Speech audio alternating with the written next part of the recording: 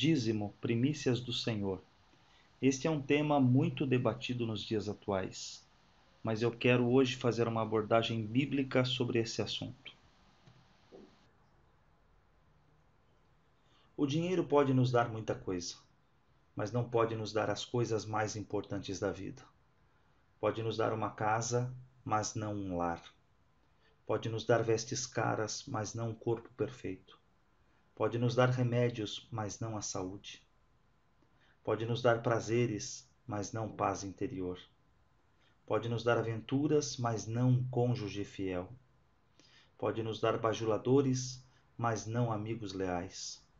Pode nos dar requinte, mas não alegria de viver. Pode nos dar comida saborosa, mas não apetite. Pode nos dar um rico funeral, mas não a vida eterna. Assim escreveu o reverendo Hernandes Dias Lopes. O tema dízimo é um assunto muito controverso nos dias atuais e tem ganho muitos opositores justamente por causa de desvios da igreja contemporânea acerca dos dízimos e das ofertas. Por exemplo, manipulação para arrecadação de dinheiro. Muitos pastores, muitos obreiros manipulam textos bíblicos para arrecadar mais dinheiro em suas igrejas. Outro ponto, muitos pregam o dízimo, a oferta, como uma forma de fazer uma barganha com Deus, uma troca. Você dá 1 para receber 100. A falta de transparência no trato com o dinheiro.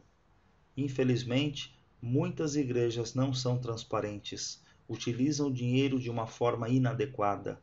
Então, as pessoas retêm a sua oferta. Falso ensino da teologia da prosperidade. A teologia da prosperidade é bíblica, todavia, da forma como eles estão ensinando, forçando as pessoas a contribuírem, infelizmente, leva para um outro aspecto. As indulgências voltaram com uma nova roupagem. Primeiramente, os protestantes, eles combatiam as indulgências, que era uma forma de venda de perdão que a Igreja Católica praticava com fins de arrecadação. Infelizmente, muitas igrejas evangélicas adotam outras práticas muito semelhantes às indulgências, vendendo objetos, vendendo coisas místicas com o objetivo de arrecadação de dinheiro. Infelizmente, distorcendo a palavra de Deus. Outro aspecto muito complicado é o enriquecimento em nome da religião. Quantos pastores, quantos líderes estão se enriquecendo através das ofertas e dos dízimos, fazendo mau uso, e isso tem contribuído para o mau testemunho e para o combate ao dízimo, além de muitos outros motivos. Embora sejamos conscientes do mau uso de muitas igrejas com relação ao dízimo, não podemos deixar de afirmar que o dízimo é bíblico e quero mostrar os motivos pelos quais nós devemos ser fiéis a Deus nos dízimos e nas ofertas. Primeiro, o dízimo ele foi praticado antes da lei mosaica, ou seja, no sacerdócio de Melquisedeque. Está escrito em Gênesis capítulo 14, versículo 20, que Abraão deu o dízimo de tudo a Melquisedeque, porque Melquisedeque, naquela ocasião, representava um sacerdote, representava o rei de Salém. Também o dízimo foi praticado durante o sacerdócio levítico. Então, durante toda a lei de Moisés, nós podemos encontrar orientações quanto ao dízimo em Números capítulo 18, versículo 1 a 32, Deuteronômio capítulo 14, versículos 22 a 29, Levítico 27, versículos 30 a 32, ou seja, ele permeou todo o sacerdócio levítico, mas também ele é praticado no sacerdócio de Cristo, porque está escrito em Mateus 23 e 23, 1 Coríntios 9, versículo 11 até o 14, e em Hebreus capítulo 7 até o capítulo 10. Nesta imagem, você pode ver uma forma de decorar as seções da Bíblia. O Antigo Testamento, o Velho Testamento, foi dividido em Pentateuco, 5 primeiros livros, representando a lei. Depois nós temos os 12 livros históricos. Depois os poéticos, os profetas maiores e menores. No Novo Testamento, nós temos os evangelhos, os livros históricos, as cartas pessoais ou as cartas epístolas paulinas. Depois nós temos as epístolas gerais e também o livro profético, que é o livro de Apocalipse. Você vai encontrar a palavra de Deus falando sobre o dízimo em todas as seções bíblicas, não em todos os livros da Bíblia, mas em cada um desses tópicos, destas subdivisões, você encontrará Deus orientando o seu povo quanto ao dízimo. Por exemplo, o dízimo é ensinado na Bíblia nas seções dos livros da lei, Deuteronômio, Números e outros textos bíblicos. Nos livros históricos, como por exemplo em 2 Crônicas, capítulo 31, em Neemias, capítulo 13. Também vamos encontrar passagens sobre o dízimo nos livros poéticos, onde temos aqui o livro de Provérbios, capítulo 3, versículo 9 e 10. Também vamos encontrar o dízimo nos livros proféticos, como por exemplo Malaquias, que é o texto mais conhecido.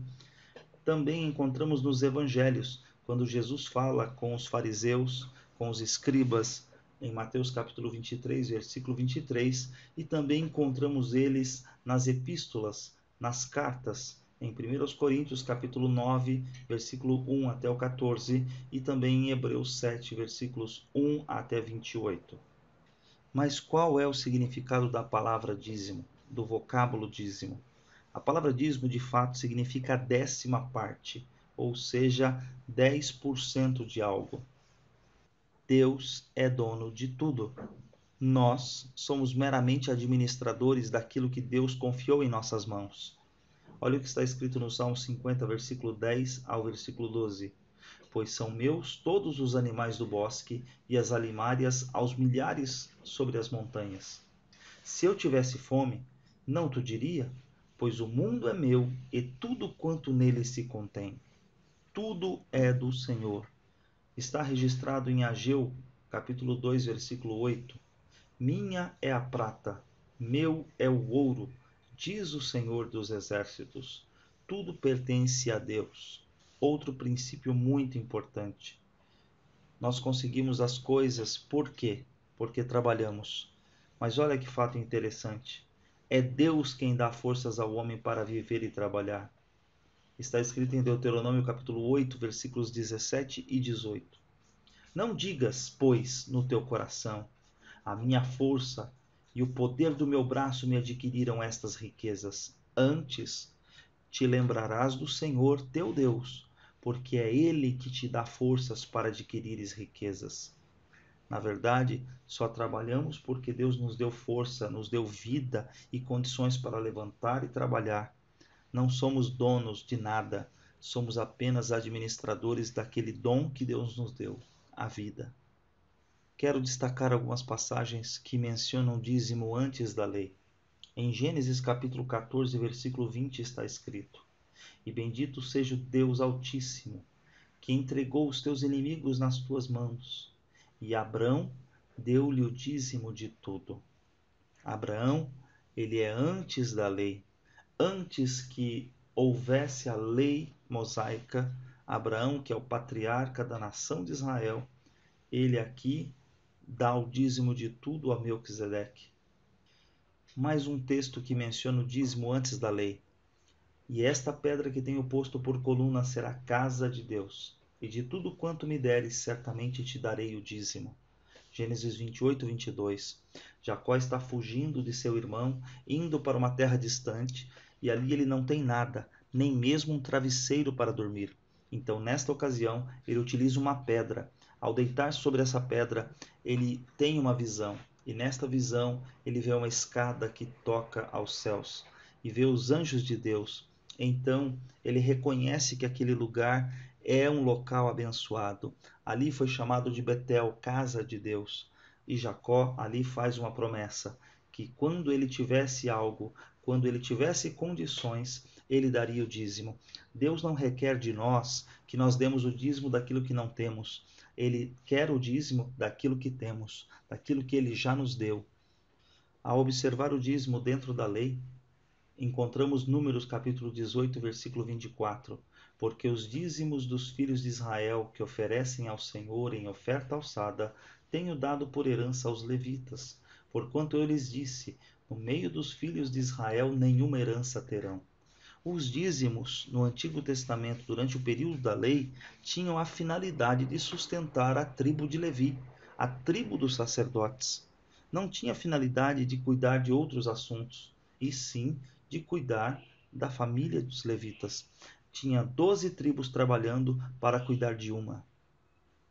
No período da lei, tínhamos 12 tribos cuidando de uma, o que significa dizer: a tribo de José foi dividida em duas, Manassés e Efraim. Se você somar os 12 filhos de Jacó, excluindo José, substituindo por Manassés e Efraim, você vai ter 13 filhos. Todavia, a tribo de Levi foi tomada pelo Senhor, foi separada, ela não entrou na conta da distribuição da terra, da herança. Então, a herança da tribo de Levi era o Senhor. Consequentemente, os dízimos que eram trazidos à casa do Senhor eram distribuídos entre os levitas, os sacerdotes. Consequentemente, o dízimo era para o sustento dos levitas. Para que a fidelidade a Deus ficasse muito clara, Deus instituiu o dízimo dos dízimos. Os levitas recebiam o dízimo do povo para o seu sustento. Todavia, eles deveriam tirar o dízimo dos dízimos. Olha o que está escrito em Números 18, versículo 26. Também falarás aos levitas, e dir-lhe-ás: quando receberdes os dízimos dos filhos de Israel, que eu deles vos tenho dado por vossa herança, deles oferecereis uma oferta alçada ao Senhor, os dízimos dos dízimos. Todos precisavam ofertar algo a Deus. Ainda analisando o dízimo dentro da lei, está escrito em Deuteronômio capítulo 12, versículo 10 até 11. Mas passareis o Jordão, e habitareis na terra que vos fará herdar o Senhor vosso Deus, e vos dará repouso de todos os vossos inimigos em redor, e morareis seguros. Então haverá um lugar que escolherá o Senhor vosso Deus, para ali fazer habitar o seu nome. Ali trareis tudo o que vos ordeno, os vossos holocaustos, os vossos sacrifícios e os vossos dízimos, e a oferta alçada da vossa mão, e toda a escolha dos vossos votos que fizerdes ao Senhor. Detalhe importante: quando eles estivessem na terra, quando eles estivessem usufruindo daquilo que Deus lhes deu, então eles dariam o dízimo. Quando Deus instituiu a lei, eles estavam no meio do deserto, caminhando por aproximadamente 40 anos, e ali eles não tinham como recolher algo da terra, o fruto da terra. Consequentemente, eles não davam o dízimo. Mas a partir do momento que você está trabalhando, plantando, colhendo, recebendo os seus frutos, você passa a ser dizimista. Deus não quer o dízimo do desempregado porque ele não tem com que dar. Deus não está exigindo de alguém que dê algo que não tem. Ele exige sim que nós reconheçamos Ele como soberano. Quando Deus nos dá um emprego, quando Deus nos dá saúde, quando Ele nos dá a condição de ter uma renda, desta renda nós precisamos provar que somos fiéis a Ele. Quero reforçar que tudo é do Senhor. Então, por causa disso, Deus nos permite administrar 90% de tudo que Ele nos empresta. Nós somos os mordomos, os administradores. Também todas as dízimas da terra, tanto dos cereais do campo como dos frutos das árvores, são do Senhor. Santas são ao Senhor. Levítico 27, versículo 30. Então nós somos os administradores dele. Além do dízimo do Senhor, os reis também podiam instituir um dízimo adicional. Aqui funcionava como se fosse um imposto. E as vossas sementes e as vossas vinhas dizimará, para dar aos seus oficiais e aos seus servos. Também os vossos servos e as vossas servas e os vossos melhores moços e os vossos jumentos tomará, e os empregará no seu trabalho. Dizimará o vosso rebanho, e vós lhe servireis de servos.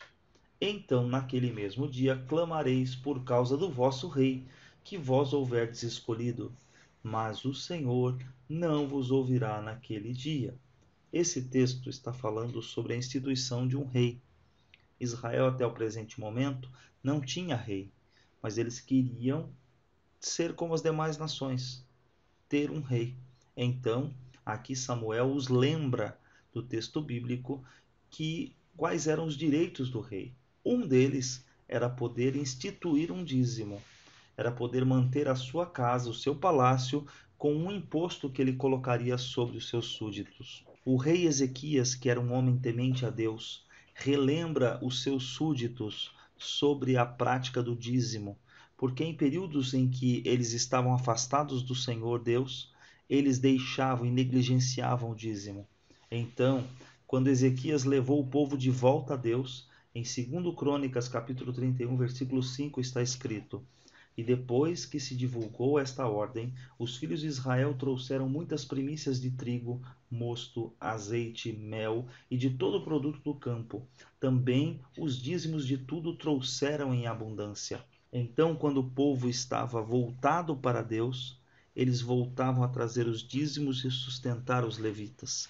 Assim, o trabalho na casa de Deus fluía como deveria ser. Ao voltar do cativeiro babilônico, Neemias relembra ao povo que deveriam trazer o dízimo, que eles já tinham esquecido, porque estavam lá em Babilônia, no cativeiro, mas quando retornaram à sua terra, eles foram relembrados de que deveriam voltar a esta prática. Está escrito em Neemias capítulo 12, versículo 44.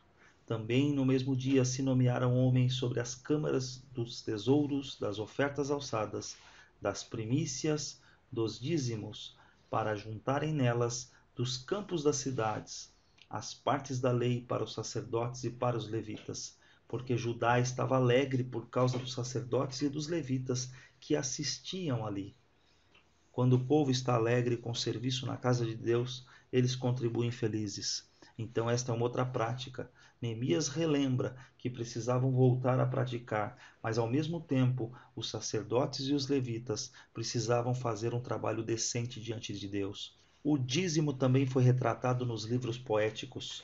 Olha o que está escrito em Provérbios capítulo 3, versículo 9 e 10. Honra o Senhor com os teus bens e com as primícias de toda a tua renda. E se encherão fartamente os teus celeiros, e transbordarão de vinho os teus lagares. Agora vamos entrar no livro profético. O que os profetas dizem sobre o dízimo? E aqui tem a mensagem mais dura, mais forte que temos sobre o dízimo.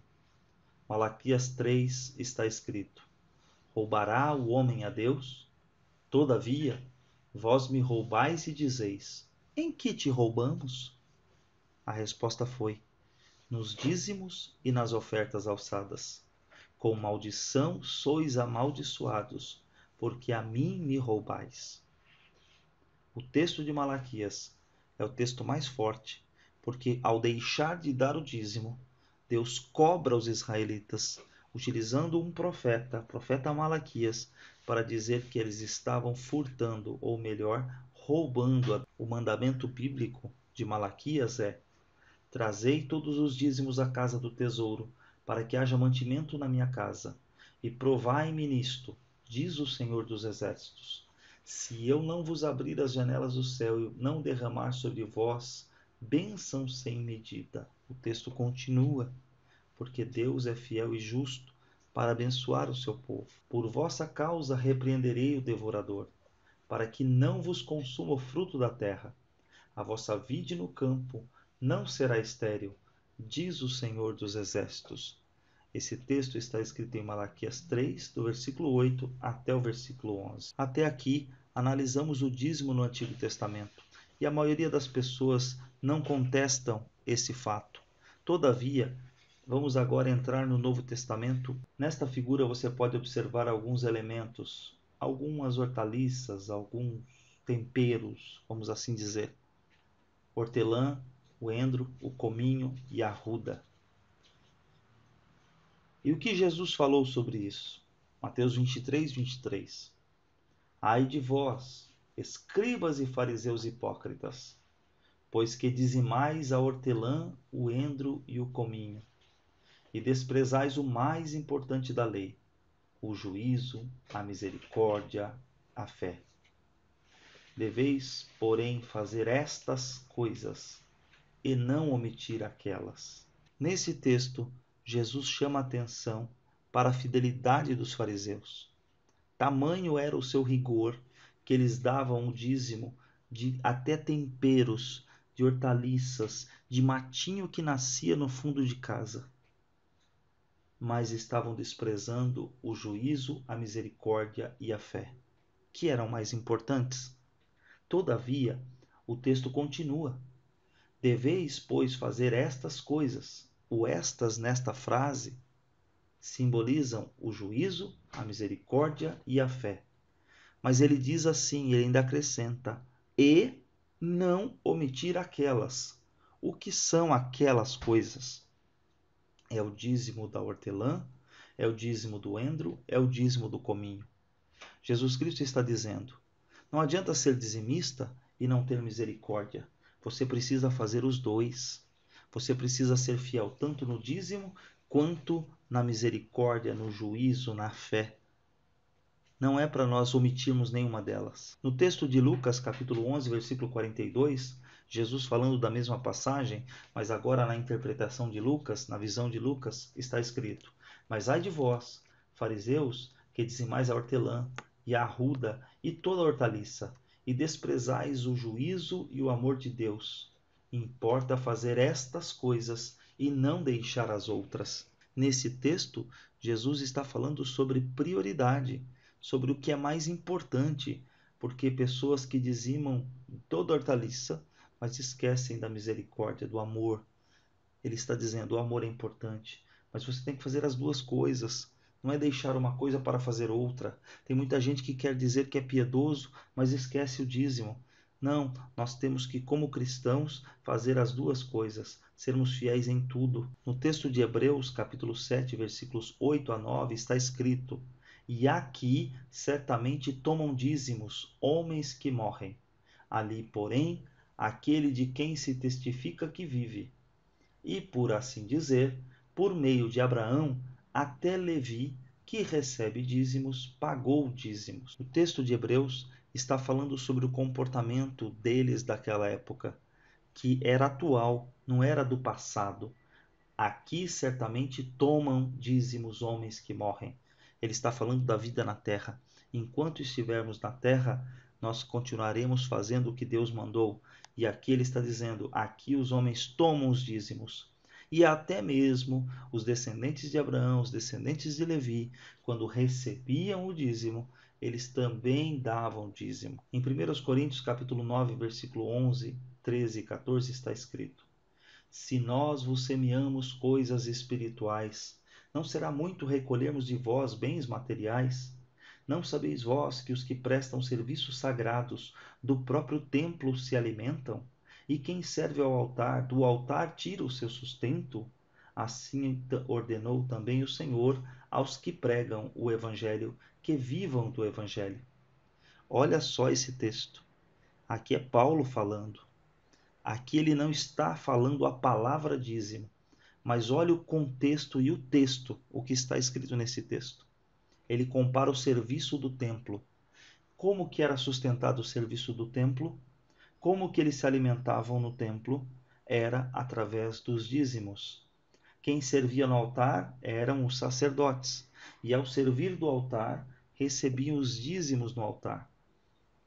Aí, Paulo compara o ministério cristão atual ao ministério da antiga aliança, ao ministério dos sacerdotes. Ele diz assim: assim ordenou também o Senhor aos que pregam o evangelho que vivam do evangelho. Consequentemente, como a igreja de hoje sobrevive? Sobrevive com os dízimos e com as ofertas. O evangelho de hoje é pregado por intermédio da palavra de Deus, dos pregadores, dos missionários, mas porque a igreja contribui com seus dízimos e ofertas para o sustento desses obreiros de tempo integral. Sendo assim, a mesma regra do Antigo Testamento, da Antiga Aliança, se aplica à Nova Aliança. Aqui Paulo está comparando as duas alianças e permanece o mesmo preceito, a mesma regra. Abraão devolveu o dízimo para Melquisedeque, o sacerdote, o representante de Deus na terra. E hoje? Nós entregamos para o organismo representativo de Deus. Quem é ele hoje? É a igreja. Trazemos a igreja, que é onde estão os sacerdotes, onde estão os obreiros do Senhor. Para que fins o dízimo é empregado? Bom, ele tem várias finalidades, mas a principal deles é sustentar a pregação do Evangelho. Não sabeis vós que os que prestam serviços sagrados do próprio templo se alimentam, e quem serve ao altar do altar tira o seu sustento? Assim ordenou também o Senhor aos que pregam o Evangelho, que vivam do Evangelho. Ou seja, os dízimos devem ser de base para a sustentação da pregação do Evangelho, para que a palavra de Deus seja levada a qualquer lugar. Quero te convidar para uma reflexão. Qual dessas notas representa o dízimo do Senhor? Aqui nós temos 10 notas de R$10. Aqui nós temos R$100. O dízimo é uma dessas notas. Será que pode ser qualquer uma? A primeira, a última, a do meio? A resposta é a primeira. Por que a primeira? Porque ela representa as primícias. Os judeus, quando plantavam nos seus campos, quando iam recolher o trigo ou a cevada, a primeira parte da colheita ela era levada como dízimo ao Senhor. Eles não podiam cozinhar, eles não podiam fazer nada com o que eles tinham sem antes entregar o dízimo do Senhor, as primícias. Então, aqui, esta nota representa o dízimo do Senhor. Outro detalhe importante: Deus não desampara quem lhe é fiel, mas prova a sua fé. Está escrito no Salmo 37, versículo 25. Fui moço e já agora sou velho, porém jamais vi o justo desamparado, nem a sua descendência a mendigar o pão. Deus cuida de nós. Nós precisamos ter a fé suficiente para ser dizimistas e saber que Deus vai cuidar de nós, que não vai faltar o pão. Quem foi que prometeu? Foi Deus. Olha o que está escrito em Provérbios 3, versículo 9 e 10. Honra ao Senhor com os teus bens e com as primícias de toda a tua renda, e se encherão fartamente os teus celeiros, e transbordarão de vinho os teus lagares. Essa não é a promessa do pastor, do obreiro, não. Essa é uma promessa bíblica. Agora, quero só te dar um exemplo. Como que você calcula o dízimo? Bom, pode usar a calculadora, mas matematicamente ou visivelmente, você pode cortar só um zero do seu dízimo. E você faz o ajuste das vírgulas e terá aqui o exemplo.